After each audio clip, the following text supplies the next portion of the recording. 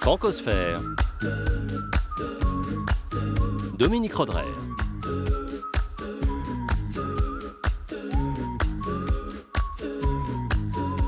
Bonjour et bienvenue dans cette nouvelle Francosphère. Le petit écran lui a offert le grand écrin de l'Académie Goncourt, qu'il préside depuis 2014.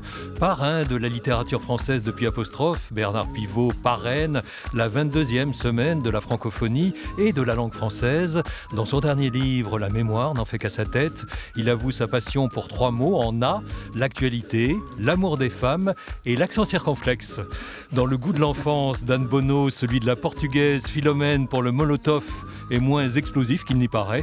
Et il sera encore adouci dans un second volet par son goût musical pour le fado. Dans le Speak French de Jean-Marie Chazot, nous verrons qu'avec la clause Molière, il n'est plus question de causer en langue de Shakespeare, ni d'ailleurs en aucune autre sur certains chantiers publics. Francophonie ? Qu'est-ce que ça dit ? Francophone ? Qu'est-ce que ça donne ? Bonjour Bernard Pivot. Bonjour. À force de surveiller les résultats sportifs, vous aimez les chiffres en tout genre. Vous savez donc que ce 20 mars, c'est la 30e journée internationale de la francophonie. Combien d'éditions il faudra, selon vous, pour que cette date devienne aussi connue que le 8 mars, par exemple, la journée de la femme ? La cause des femmes est évidemment plus populaire que la cause de la langue française. Je pense que c'est pas seulement une journée ou une semaine qu'il faudrait faire, c'est une année. Il faudrait que chaque année soit l'année de la langue française. Parce que d'abord elle le mérite, et puis parce que c'est l'occasion de resserrer les liens entre tous ceux qui partagent ce trésor qu'est une langue. Alors la langue française est l'un des trésors. La langue russe est aussi un trésor, la langue allemande aussi. Mais la langue française, c'est la nôtre, c'est celle de tous les francophones répandus sur les 5 continents. Eh bien, je trouve que c'est une très, très jolie chose que de se dire que voilà, pendant quelques jours, eh bien, nous célébrons les vertus, les qualités et les mérites de notre langue. Avant d'être un francophone, vous étiez un franco-gaune, un Français de Lyon. Que reste-t-il de votre origine dans votre façon de vous exprimer ?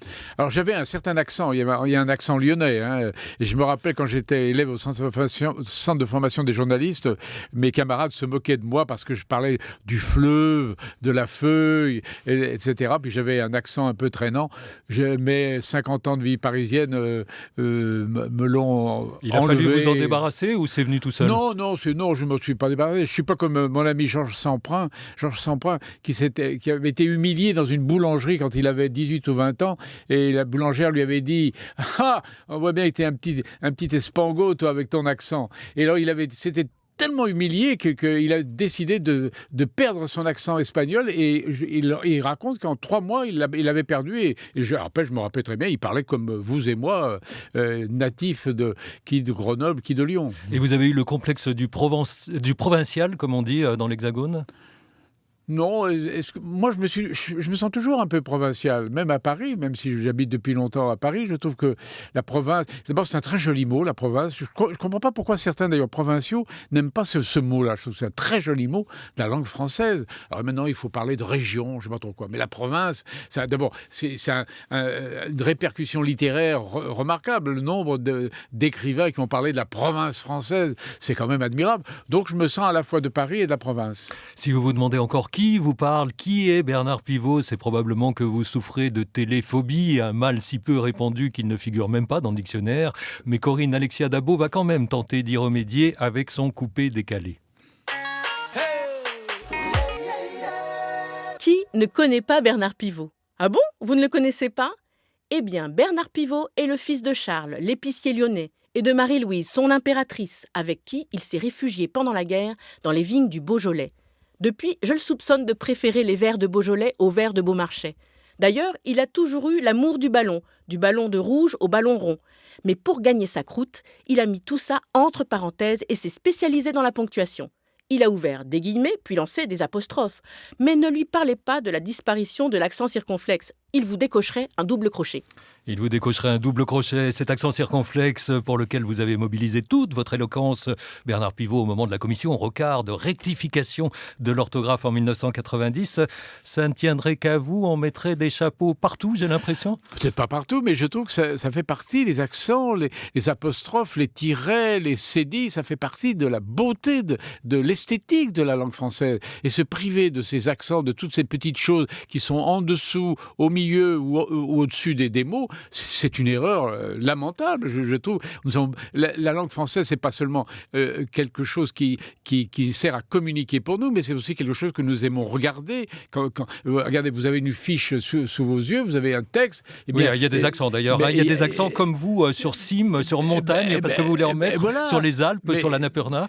Oui, parce que moi j'aime beaucoup ces accents. Alors, tenez, prenez une chose, des 12 mois de l'année, il y a un seul mot qui a un accent circonflexe. C'est le mois d'août.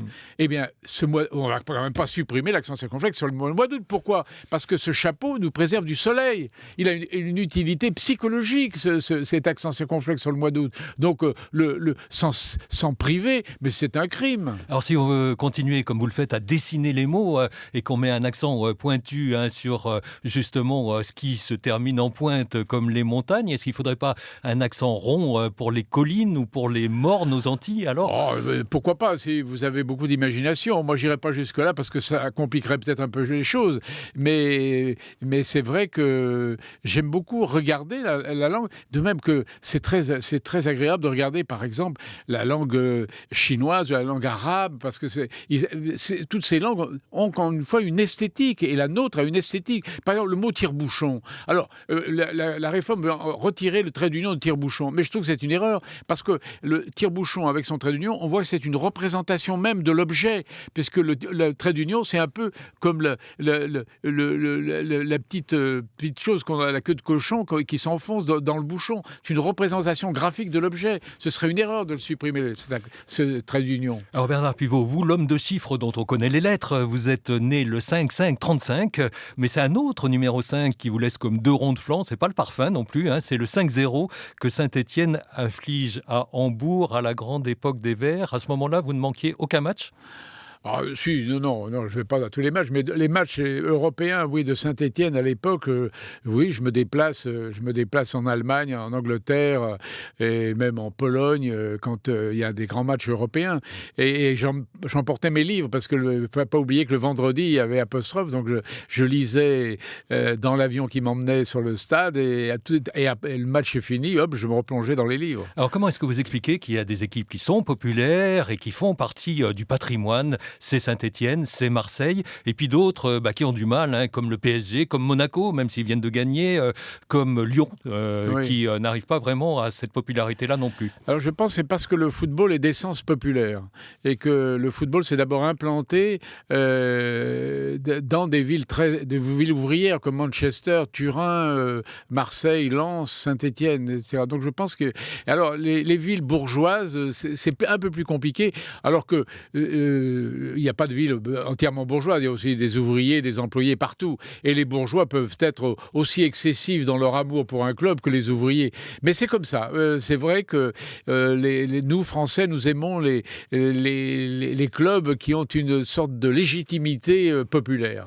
Alors pour ceux qui seraient restés sur leur soif avec ce Beaujolais à peine mentionné tout à l'heure par Corinne, mais pas oublié, nous allons y revenir. Voici déjà de quoi se caler l'estomac grâce au goût de l'enfance d'Anne Bonneau. Elle accompagne Philomène dans son village portugais près de Lisbonne où les Molotov étaient et sont encore en vente libre. C'était vraiment un petit village. J'y suis retournée il y a 5 ou 6 ans. C'était une émotion très très forte parce que c'était vraiment... C'était un genre petit village d'ouvriers parce qu'il y avait une usine qui était là à l'époque et qui, les gens ils travaillaient tous là, donc ils avaient toute leur maison qui était là et les gens habitaient là, ils allaient travailler sur place. On vivait simplement, il n'y avait pas besoin de chichi ni rien, mais on était heureux, quoi. Les enfants, ils étaient tous baptisés, on ne pouvait pas vivre, sinon on allait mourir si on n'était pas baptisés, quoi. Donc voilà, c'est ancré, etc. Et Dieu, voilà. Les desserts de ma marraine, j'adorais ces gâteaux qu'elle me faisait, les gâteaux Molotov. Celui-là, je ne l'oublierai jamais, c'est vraiment ce qui m'a le plus marqué dans mon enfance. C'est fait à base de jaune d'œuf et d'œuf et de sucre, quoi. C'est juste ça, quoi. Et voilà, en France, on dirait plutôt une île flottante. Voilà, mais sans la crème anglaise, etc. Mais c'est cuit au four et voilà, quoi. C'est un des gâteaux préférés que j'ai. On trouve ça au Portugal, dans toutes les pâtisseries, tous les cafés qui font pâtisserie, qui font mercerie en même temps et tout, etc. Bernard Pivot, votre goût de l'enfance, il est plutôt salé ou sucré ? Il est les deux. Je vois pas pourquoi je me priverais de l'un au profit de l'autre. Et bien arrosé dans le Beaujolais, peut-être pas tout à fait enfant, mais juste après ? Oui, vous savez, on est tout là, comme ce témoignage l'indique, le retour au pays, le retour à l'enfance, le retour aux racines, le retour à la cuisine familiale, aux rites de l'époque. C'est d'abord une des clés de la littérature. Hein, oui, alors la Madeleine, évidemment, ça commence par là. C'est extraordinaire. Donc, oui, quand je retourne dans le Beaujolais, je suis toujours un peu, pas autant ému que cette dame qui retourne au Portugal, mais quand même, parce que moi j'y retourne assez souvent, mais on a toujours un petit pincement au cœur. Pas seulement parce qu'on retrouve le pays, mais surtout parce qu'on a perdu sa jeunesse. Vous parlez des millésimes des vins. Du coup, j'ai regardé 1935 pour le Beaujolais. Vous avez vu ça très médiocre. Médiocre. Mais alors, je m'en sors en me disant que j'ai été conçu en 34, qui était une très bonne année. Et puis, j'ai regardé l'année de votre mariage. Alors là, par contre, vous avez vu ça, 1959 pour le Beaujolais ? Très bonne année. L'année du millénaire. Oui. Et vos 10 ans de mariage, c'est l'année du siècle. Oui, alors ça, les vignerons sont toujours prêts à vous dire que c'est l'année du siècle, sinon du millénaire. Mais ils exagèrent toujours un peu, mais c'est normal. Francosphère, Dominique Rodrève. Nous sommes en compagnie de Bernard Pivot, parrain de la semaine de la francophonie et auteur chez Albin Michel de La mémoire n'en fait qu'à sa tête. Nous allons continuer à parler de son livre, très savoureux, mais d'abord un détour par le festival Le Goût des Autres au Havre qui rendait hommage en 2013 à Aimé Césaire pour le centenaire de sa naissance. Le comédien Denis Lavant y avait déclamé son discours sur le colonialisme.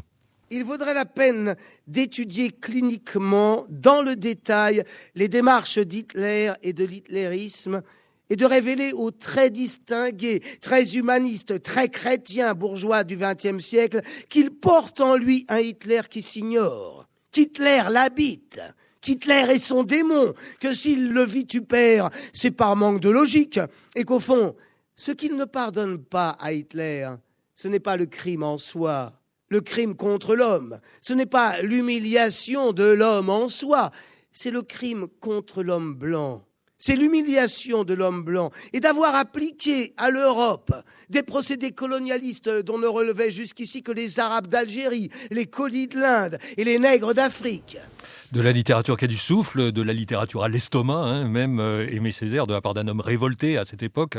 Vous auriez aimé mener un grand entretien avec Aimé Césaire ? Non, j'ai jamais rencontré. Et ça vous manque d'une certaine manière ? Oui, c'est un regret, parce que ça a failli se faire. Et puis, je sais pas, on est entré en contact avec lui, c'est pas moi directement. Et puis, je sais pas, ça a été reporté, puis finalement, voilà, ça s'est pas fait. Vous lisez les écrivains ultramarins. Alors, Chamoiseau a reçu le Goncourt avant que vous siégiez à l'Académie pour Texaco en 92. Et il y a Confiant, Raphaël Confiant, Ernest Pépin, etc. C'est une littérature que vous appréciez ? Oui, bien sûr, mais ça, c'est l'écriture, c'est la littérature des pays francophones. Il y a les Libanais, il y a les Belges, les Suisses, les Québécois, les gens des Antilles, les Africains qui sont... D'ailleurs, il y a une sorte... Je vois une levée à la fois en quantité et en qualité des écrivains qui viennent de pays qui ne sont pas la France. Est-ce qu'on peut dire qu'il revitalise la littérature française qui s'endort peut-être un petit peu, qui est très nombriliste, dit-on souvent ? Oui, revitaliser, moi je ne suis pas sûr. Non, elle ne se porte pas si mal que ça, la littérature française de notre pays. Moi je crois simplement c'est qu'elle lui donne, elle lui apporte d'autres voix, d'autres sons, d'autres senteurs, d'autres arômes. C'est ça qui est important. Et surtout, elle utilise d'autres mots. Et parfois dans un langage qui ne correspond pas du tout à notre manière d'écrire à nous, Parisiens. C'est ça qui est important. Est-ce qu'il y a une musique des mots différente, justement ? Évidemment, mais bien sûr qu'il y a une musique différente. Chaque écrivain a sa musique. Il y en a qui ont des toutes petites musiques qu'on n'entend pas, et puis il y en a, et notamment les gens comme Confiant ou d'autres qui ont une manière d'écrire qui est tout à fait...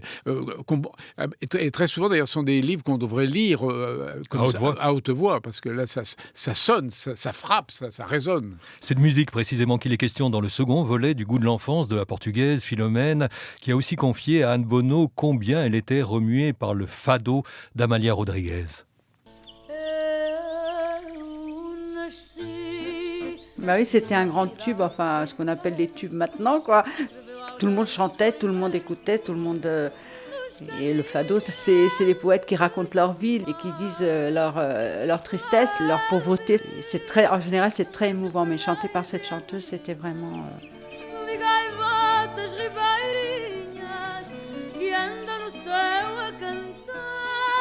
C'est Amalia Rodrigues qui chante le fado, Lisboa. C'est celle qui me fait pleurer à chaque fois.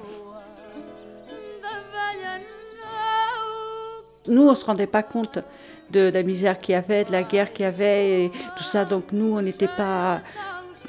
À mon âge, on n'était pas vraiment concernés par tout ça, quoi. Et on ne s'en est même pas rendu compte. Tandis que nos parents, c'était différent. Alors si le fado Bernard Pivot fait pleurer Philomène, vous confiez dans votre livre ce qui vous fait, vous, verser des larmes. Il faut, dites-vous, que le malheur soit individuel et pas multiple. Par exemple, la petite Vietnamienne qui court devant les bombardements napalm, la mort de De Gaulle même, mais pas Hiroshima, pas des choses trop collectives. Voilà, oui, je trouve ça un peu étrange de mon côté. Par exemple, quand j'ai lu Georges Samprin, son livre où il raconte son séjour à Buchenwald, quand il raconte que son professeur de philosophie, je crois, meurt devant lui et qu'il lui récite du Baudelaire, j'ai pleuré. Comment résister à ça? Mais en revanche, c'est vrai, Hiroshima, Fukushima, c'est loin, c'est des milliers de morts, c'est horrible, et je ne pleure pas. Alors, je sais pas, alors que là, si on devait pleurer à proportion, quand il y a des drames absolument extravagants, et on devrait verser toutes les larmes de son corps, comme on dit. Votre mémoire qui n'en fait qu'à sa tête, comment est-ce qu'elle a imprimé cette année 1945 où vous aviez 10 ans, hein? Vous aviez 10 ans au moment du 8 mai 45, vous veniez de les avoir, vous aviez 10 ans pour Hiroshima, Nagasaki. Est-ce que tout ça, ça a marqué l'enfant que vous étiez ? Non, parce qu'à 10 ans, d'abord, je n'étais pas en avance, ma maturité n'était pas du tout en avant. Et puis, ce qui comptait pour moi, c'était le retour de mon père, qui était prisonnier de guerre. En 45, comprenez, le jour d'ailleurs de mes 10 ans, mon père est revenu de 5 ans de captivité. Alors, vous pensez bien que votre papa, que vous n'avez pas vu depuis 5 ans, à qui vous ne savez même plus à quoi il ressemble, il est parti avec beaucoup de cheveux, il revient, il n'a plus de cheveux sur le crâne, vous comprenez que ça marque beaucoup plus un enfant que Hiroshima. De Gaulle, est-ce que vous auriez aimé l'interroger en tant qu'écrivain? Ah oui, bien sûr, que j'aurais bien aimé. Alors ça un tête-à-tête sur ses lectures, et son écriture, oui, bien sûr. Ah, ça j'aurais aimé, oh oui. Et Winston Churchill, prix Nobel de littérature, oui. Fumeur de Havane comme vous, ça vous aurait plu aussi? Oui, mais enfin moins que De Gaulle. Non, De Gaulle, oui, oh là.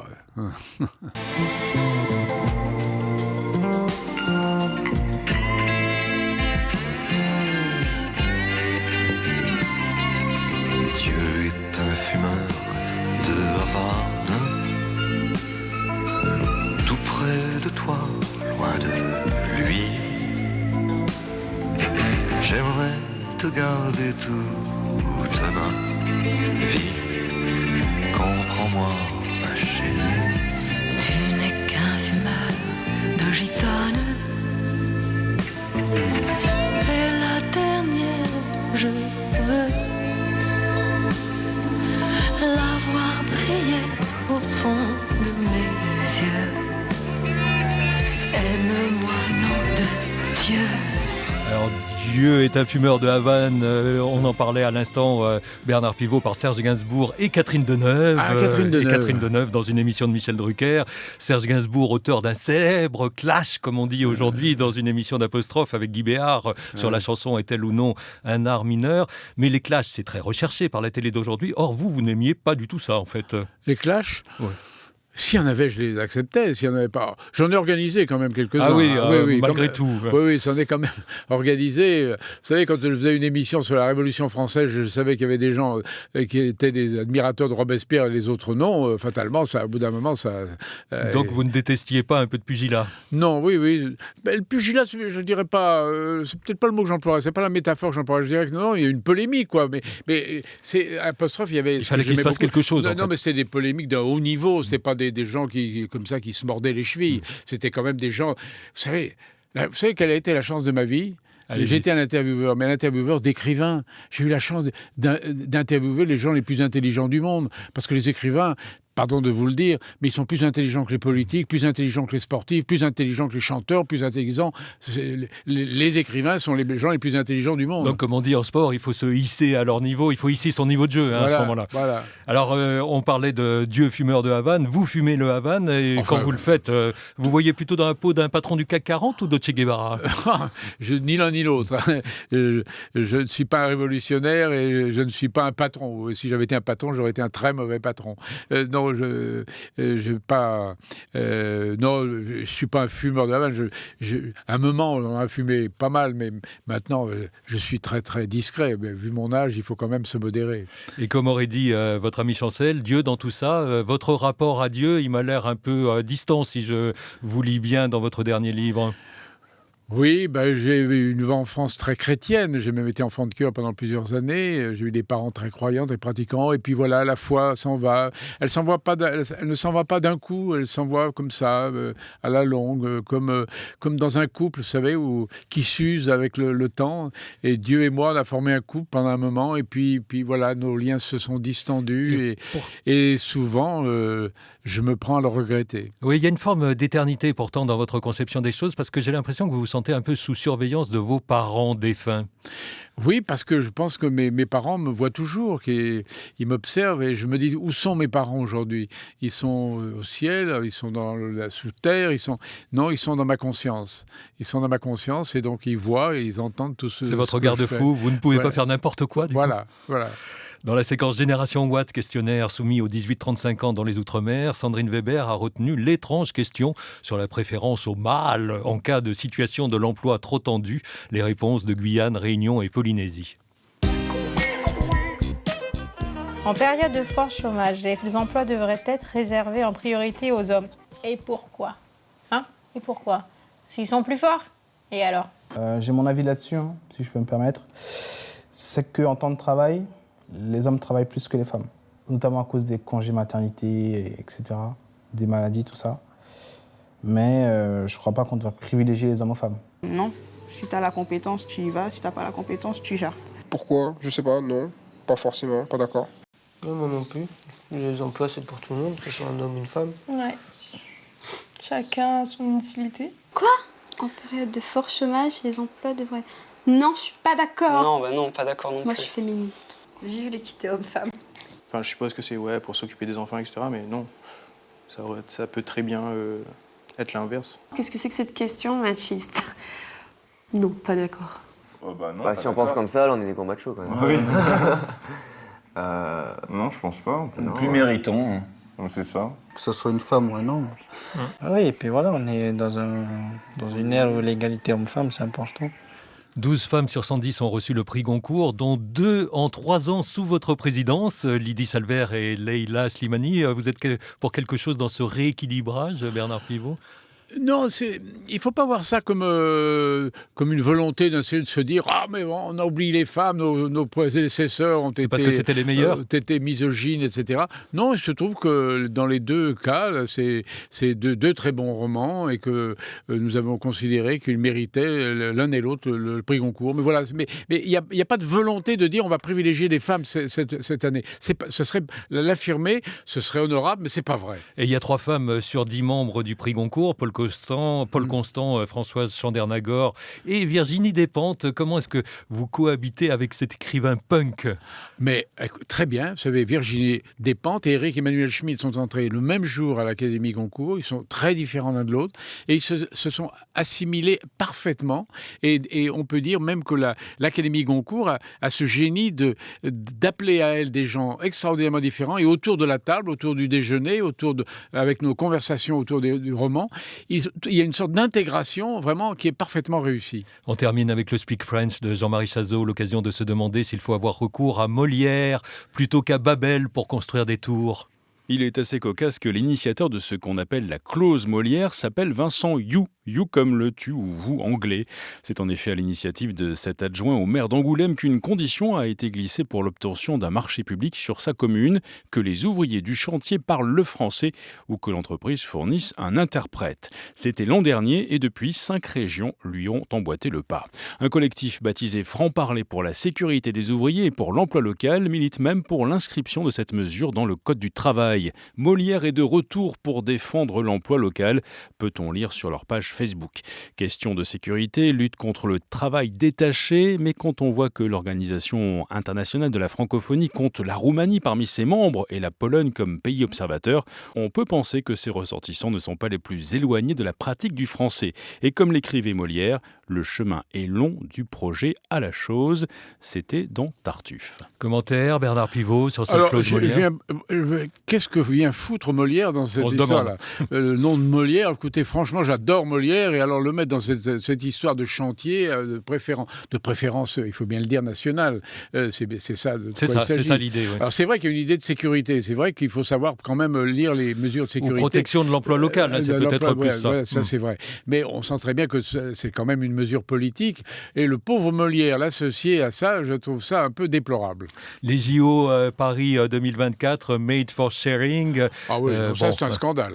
Et un slogan bilingue, Cher, Paris chéri, ça aurait pu vous convenir ? Non, on peut faire un très bon slogan. On n'est pas obligé de recourir à l'anglais, surtout au moment où l'Angleterre vient de quitter l'Europe. Quand même, on est dans ce paradoxe où la langue officielle de l'Europe aujourd'hui, c'est l'anglais, et voilà que l'Angleterre nous a quitté l'Europe. C'est-à-dire l'Europe, maintenant qui est orpheline de l'Angleterre, va continuer de parler la langue de Shakespeare. C'est quand même assez inouï, ça. Merci Bernard Pivot. On recommande chaudement votre dernier livre, La mémoire n'en fait qu'à sa tête, chez Albin Michel. Merci à tous. Merci.